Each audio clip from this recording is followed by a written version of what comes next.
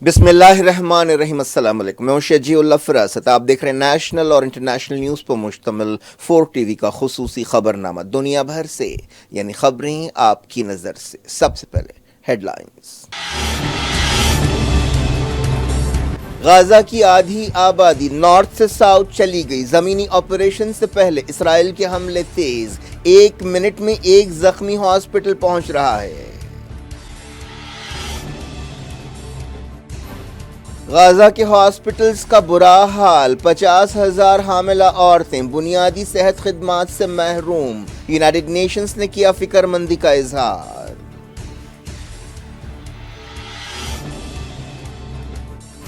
بحران کو حل کرنے کے لیے سفارتی کوششیں تیز، انسانی راستے کے لیے ایجپٹ پر دباؤ۔ عارضی جنگ بندی سے اسرائیل نے انکار کر دیا۔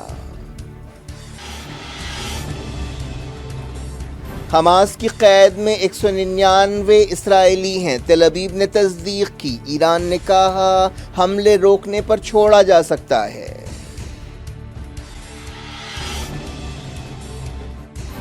غزہ پر اسرائیل کا قبضہ بڑی غلطی ہوگی، بائیڈن نے زمینی آپریشن کے خلاف کیا خبردار۔ بلنکن ایک بار پھر تل ابیب پہنچے۔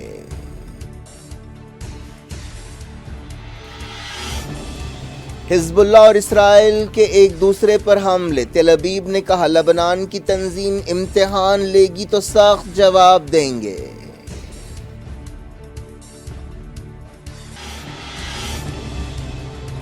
اسرائیل غزہ پر حملے روکے، خاموش تماشائی نہیں بیٹھیں گے۔ ایران نے دی وارننگ، کہا خاموش رہنے والے ملکوں کے بارے میں تاریخ فیصلہ کرے گی۔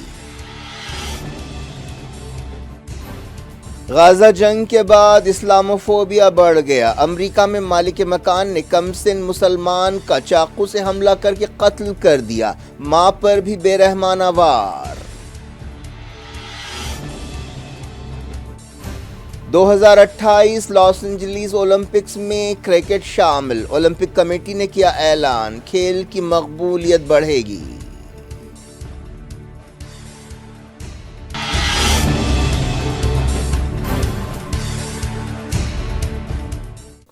ہیڈ لائنز آپ نے دیکھی، اب خبروں کی تفصیل کی طرف آپ کو لیے چلتے ہیں۔ غزہ میں اسرائیل کے حملوں میں جاں بحق فلسطینیوں کی تعداد 2,750 ہو گئی ہے، اس کے علاوہ 9,700 فلسطینی زخمی بھی ہوئے ہیں۔ غزہ کی وزارت صحت نے ایک بیان میں بتایا کہ جاں بحق فلسطینیوں میں 750 بچے ہیں۔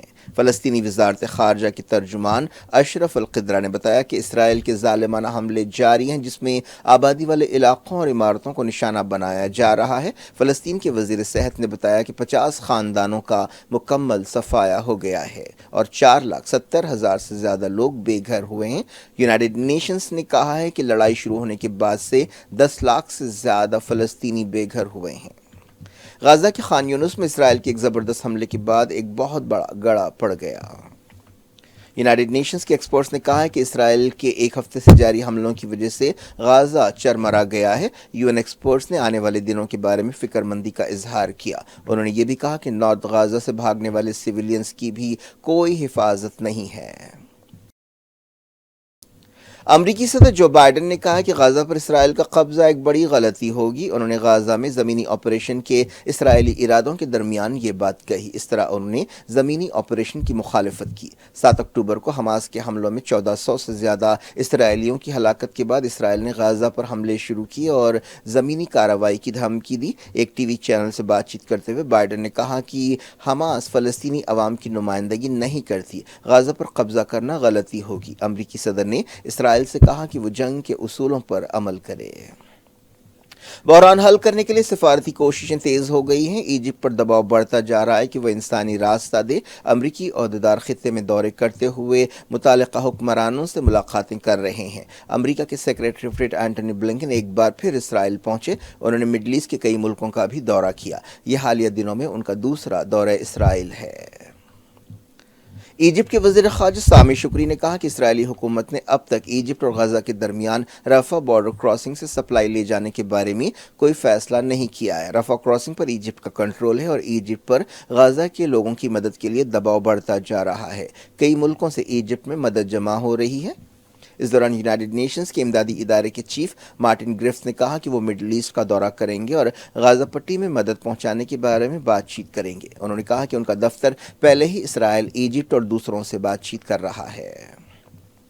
امریکہ کے سیکریٹری اسٹیٹ بلنکن نے ایجپٹ کے صدر عبد الفتح السیسی سے ملاقات کی۔ اس ملاقات کے بعد انہوں نے کہا کہ رفح کراسنگ کھولی جائے۔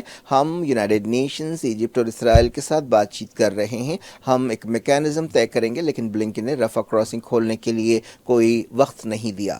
امریکہ کے سینئر سفارتکار ڈیوڈ ساٹرفیلڈ کو مڈل ایسٹ بحران حل کرنے کے لیے خصوصی نمائندے کی حیثیت سے مقرر کیا گیا ہے۔ وہ پیر کو ایجپٹ پہنچے اور عہدیداروں سے ملاقات کی۔ بلنکن نے کہا کہ عرب ملکوں کے لیڈرز جنگ کو پھیلنے سے روکنا چاہتے ہیں۔ بلنکن نے حماس کی قید میں رہنے والے لوگوں کی رہائی پر بھی زور دیا۔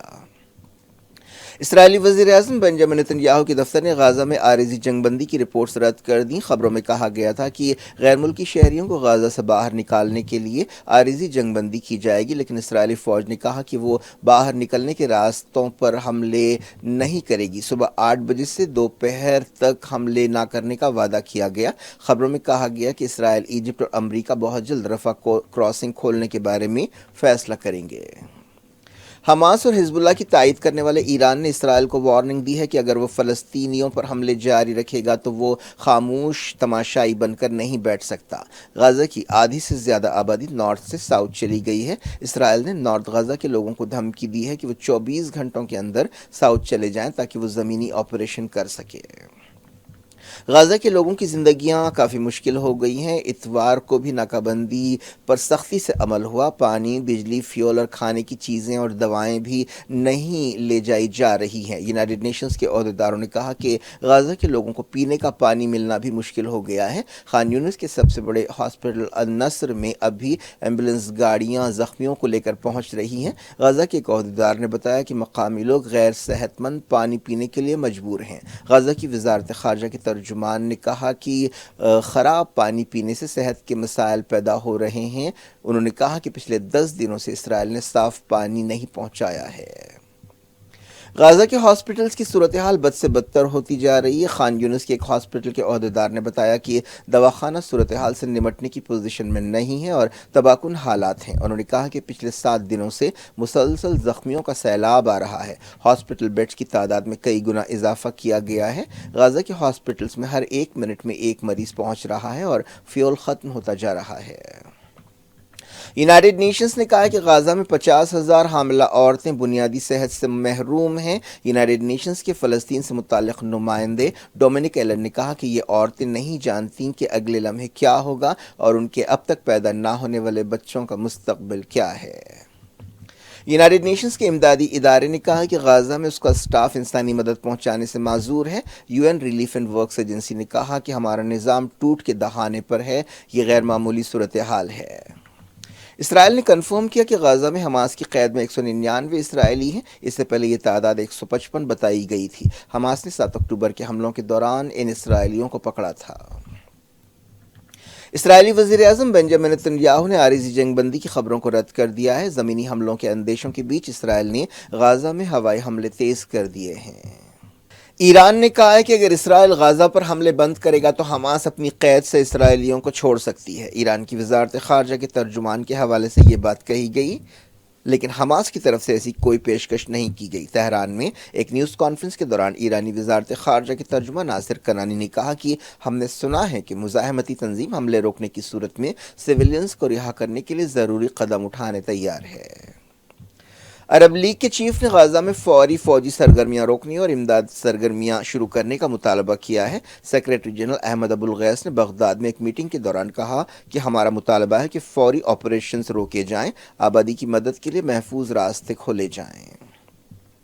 مغربی کنارے میں دھاوے کرتے ہوئے اسرائیلی فوج نے کم سے کم 70 لوگوں کو گرفتار کر لیا۔ جب سے جنگ شروع ہوئی ہے مغربی کنارے میں تناؤ کافی زیادہ ہے۔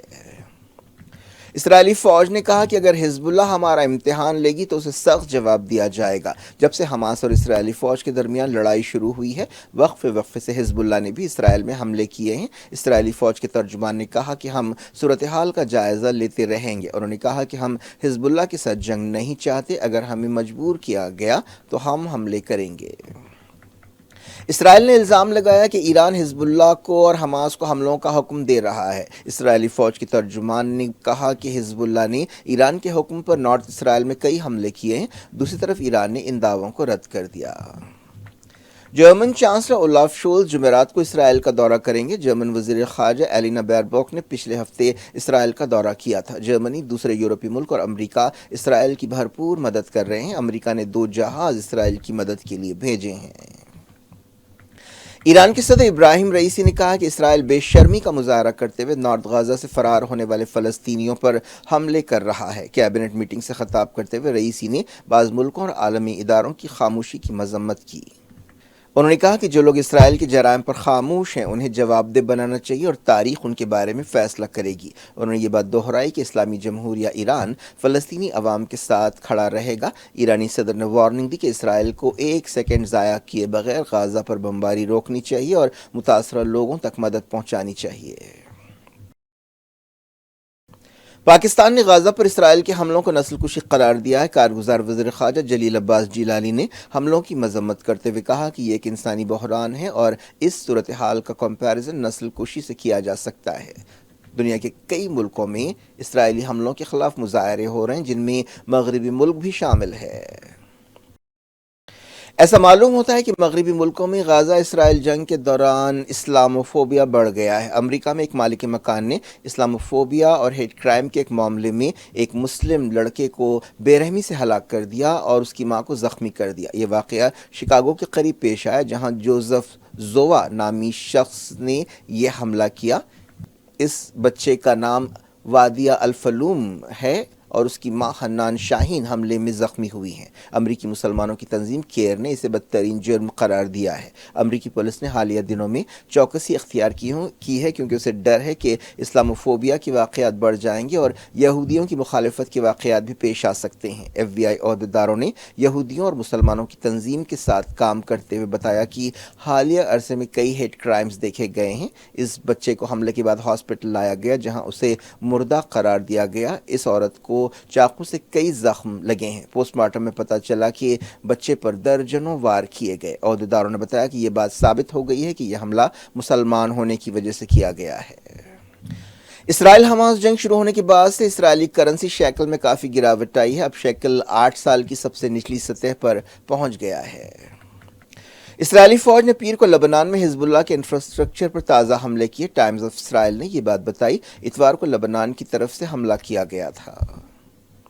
یونائیٹڈ نیشنز کے چیف اینٹونی گوٹریز نے حماس سے کہا ہے کہ وہ کسی شرط کے بغیر فوری اغوا کیے گئے لوگوں کو رہا کرے۔ ایکس پر لکھتے ہوئے انہوں نے یہ اپیل کی۔ انہوں نے کہا کہ ہم مڈل ایسٹ میں تباہی کے 2 راہیں پر کھڑے ہیں۔ میری 2 اپیلیں ہیں، ایک حماس سے ہے کہ وہ فوری کسی شرط کے بغیر بندقوں کو چھوڑ دے۔ اسرائیل سے میری اپیل ہے کہ وہ انسانی بنیادوں پر راستہ دے۔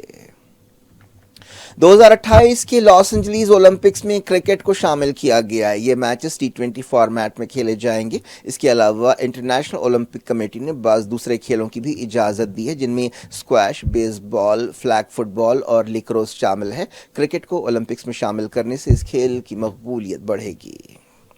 کیا کچھ ہو رہا ہے آپ کی دنیا میں؟ آخر میں ہیڈ لائنز دنیا بھر سے ایک بار پھر دیکھتے ہیں۔ غزہ کی آدھی آبادی نارتھ سے ساؤتھ چلی گئی۔ زمینی آپریشن سے پہلے اسرائیل کے حملے تیز۔ 1 منٹ میں 1 زخمی ہاسپٹل پہنچ رہا ہے۔ غزہ کے ہاسپٹلز کا برا حال۔ 50,000 حاملہ عورتیں بنیادی صحت خدمات سے محروم۔ یونائیٹڈ نیشنز نے کیا فکر مندی کا اظہار۔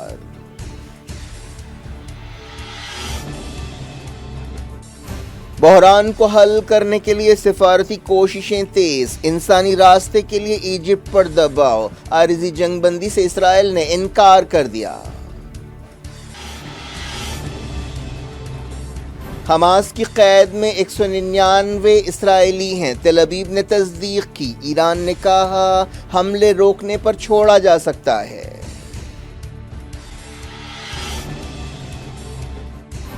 غزہ پر اسرائیل کا قبضہ بڑی غلطی ہوگی۔ بائیڈن نے زمینی آپریشن کے خلاف کیا خبردار۔ بلنکن ایک بار پھر تل ابیب پہنچے۔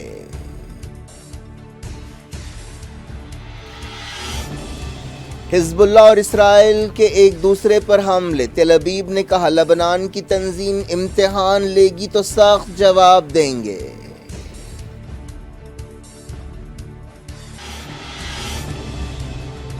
اسرائیل غازہ پر حملے روکے، خاموش تماشائی نہیں بیٹھیں گے، ایران نے دی وارننگ، کہا خاموش رہنے والے ملکوں کے بارے میں تاریخ فیصلہ کرے گی۔ غازہ جنگ کے بعد اسلاموفوبیا بڑھ گیا، امریکہ میں مالک مکان نے کم سن مسلمان کا چاقو سے حملہ کر کے قتل کر دیا، ماں پر بھی بے رحمانہ وار۔ 2028 لاس اینجلیس اولمپکس میں کرکٹ شامل، اولمپک کمیٹی نے کیا اعلان، کھیل کی مقبولیت بڑھے گی۔